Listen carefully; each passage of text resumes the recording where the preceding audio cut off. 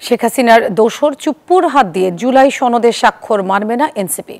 সাফ জানাচ্ছেন দলটির যুগ্ম আহ্বায়ক নাসিরউদ্দিন পাটোয়ারি। এদিকে নির্বাচন কমিশনকে অনেকগুলো পক্ষ কেকের মতো ভাগাভাগি করে নিয়েছে বলে অভিযোগ করেছেন এনসিপির দক্ষিণাঞ্চলের মুখ্য সংগঠক হাসনাত আব্দুল্লাহ।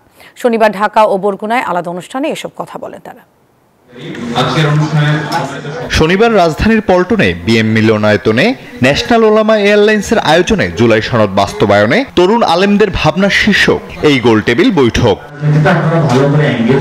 বৈঠকে যোগ দিয়ে এনসিপির যুগ্ম আহ্বায়ক নাসিরউদ্দিন পাটোয়ারি বলেন, শহীদ মিনারে গিয়ে ডক্টর ইউনূসকে জুলাই সনদ বাস্তবায়ন করতে হবে।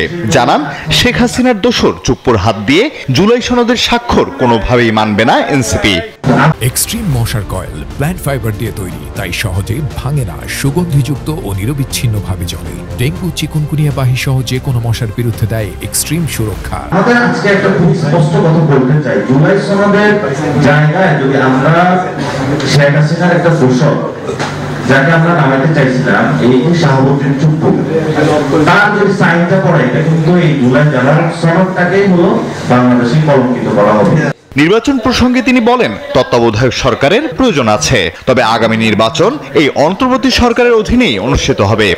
এজন্য হলো ডক্টর ইউনূসকে আমরা আহ্বান জানাবো, আপনি সতর্ক করে শহীদ মিনারে যান, জনগণকে ডাকেন, আসলে সবার সামনে যদি এটা হাসি মুখে বরণ করেন, আপনি যদি এটাতে অর্ডার বাংলাদেশে যদি সাইন করেন, এটা বাংলাদেশের জন্য যুগান্তকারী একটা পদক্ষেপ হবে।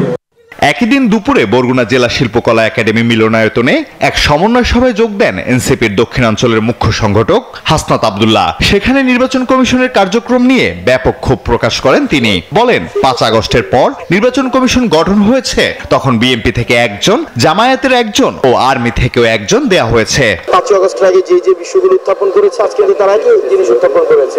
হাসনাত অভিযোগ করেন, অনেকগুলো পক্ষের শক্তি ইসিকে কেকের মতো ভাগাভাগি করে নিয়েছে, যাদের হয়ে কাজ করছে কমিশন। নির্বাচন কমিশনের প্রস্তুতি, নির্বাচন কমিশন যেভাবে ভাগাভাগি হয়ে গেছে বিভিন্ন দলের মধ্যে, তারা আসলে কতটা নিরপেক্ষ থাকবে এটা আসলে আপনারা নিজেরাও পর্যবেক্ষণ করবেন। শাপলা প্রতীক প্রসঙ্গে তিনি বলেন, কোন নীতিমালায় শাপলা কলি প্রতীক হিসেবে অন্তর্ভুক্ত করা হয়েছে, কোন নীতিমালার অধীনে শাপলা অন্তর্ভুক্ত হবে না, সেটি এখনো স্পষ্ট করেনি নির্বাচন কমিশন। Desk report, news 24।